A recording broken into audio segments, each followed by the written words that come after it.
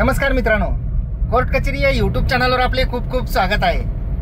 बरेच वेळा असा प्रश्न मनामध्ये निर्माण होतो किंवा बरेच जण असं विचारतात सुद्धा की जेव्हा एखादा दस्त आपण नोंदवतो, मग तो दस्त नोटरी अधिकारी यांच्या समोर नोंदवलेला असो किंवा दुय्यम निबंधक कार्यालयामध्ये नोंदवलेला असो, आणि तो दस्त जर का एखाद्या मिळकतीच्या खरेदी विक्रीबाबतचा असो, बक्षीसपत्र असो, मृत्यूपत्र असो किंवा एखाद्या रकमेच्या देवाणघेवाणीबाबतचा दस्त असो, तर त्या दस्तावर देणार घेणाऱ्यासोबत साक्षीदार जे आहेत तर त्या साक्षीदारांच्या सुद्धा सह्या घेतल्या जातात।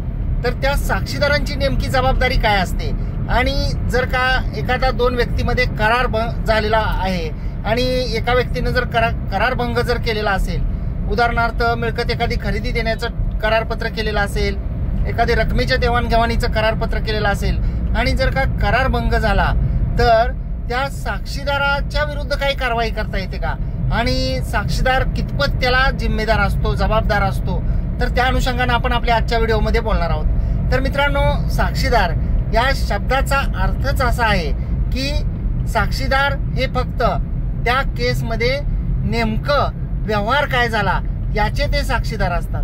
म्हणजे दोन व्यक्तीमध्ये त्या कागदावर जे लिहिलेलं आहे ते आमच्या समक्ष दोघांनी मान्य केलेलं आहे किंवा कधी कधी आमच्या समक्ष ठरलेलं आहे, आणि त्यामुळे त्या दस्तावर ते लिहिलेलं आहे आणि म्हणून आम्ही साक्षीदार सही केली आहे, एवढ्यापुरती त्यांची जबाबदारी असते।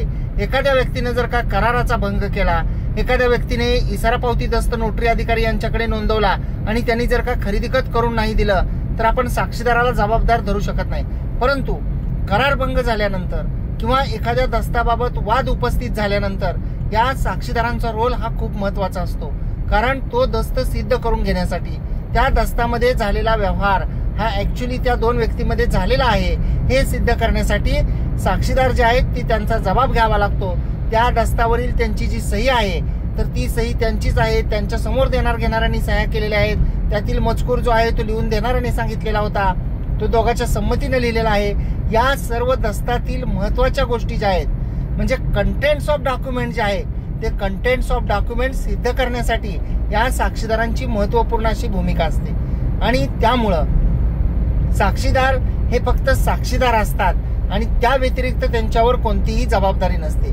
ते फक्त त्या केसमधील किंवा त्या व्यवहारातील किंवा त्या दस्तातील गोष्टीचे साक्षीदार असतात। एखाद्याने त्याची पूर्तता नाही केली किंवा एखाद्याने एखादी गोष्ट केली, कराराप्रमाणे केली नाही, तर त्यासाठी साक्षीदारांना जबाबदार धरता येत नाही। रकमेचा व्यवहार असेल आणि जर का रक्कम समोरचा देण्यास नकार देत असेल तर ती रक्कम साक्षीदाराकडून वसूल करून घेता येत नाही। साक्षीदार आणि जामीनदार याच्यामध्ये फरक आहे। ज्या वित्तीय संस्था आहेत त्या जेव्हा एखाद्याला कर्ज देतात तेव्हा त्या कर्जदारासोबत दोन जामीनदार घेतात, तर त्या कर्जदारांची आणि जामीनदारांची जी जबाबदारी आहे ती जॉईंट अँड सेव्हरल असते, म्हणजे एकत्रित आणि संयुक्तिकरित्या असते। जो पुराव्यांती जेव्हा निकाल होतो तेव्हा माननीय न्यायालय सुद्धा कर्जदार आणि जामीनदार यांच्या दोघांवर त्या रक्कम भरावी अशी जबाबदारी टाकतात। जॉईंट अँड सेव्हरल लायबिलिटी त्यांची आहे अशा स्वरूपाचा आदेश होतो।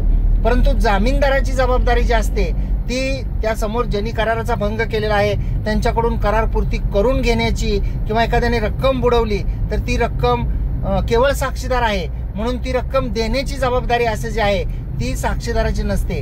त्यामुळं एखाद्या दस्तावर आपल्याला जर का कोणी साक्षीदार म्हणून सही करा म्हणत असेल तर ही भीती मनातून काढून टाकली पाहिजे की जर का करारभंग झाला तर मला भविष्य काळामध्ये याचे परिणाम काही भोगावे लागतील, किंवा मला रक्कम द्यावी लागेल, किंवा मला त्या समोरच्या व्यक्तीला मिळकत खरेदीखत करून देण्याच्या संदर्भामध्ये काही पाठपुरावा करावा लागेल।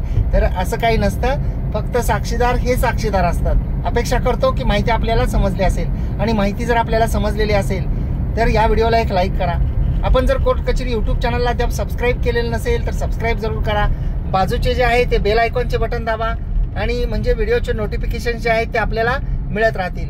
आणि आपल्याला जर हाईप नावाचं एक बटन दिसत असेल या व्हिडिओच्या खाली तर हाईपला जरूर क्लिक करा। हाईप म्हणजे लाईक सारखंच बटन आहे, त्या ठिकाणी कोणतेही पैसे द्यावे लागत नाहीत। आपल्याला व्हिडिओ आवडला म्हणून जसं आपण लाईक करतो त्या पद्धतीनंच ते हाईप नावाचं बटन आहे, ते जर आपल्याला दिसत असेल तर त्यालाही क्लिक करा।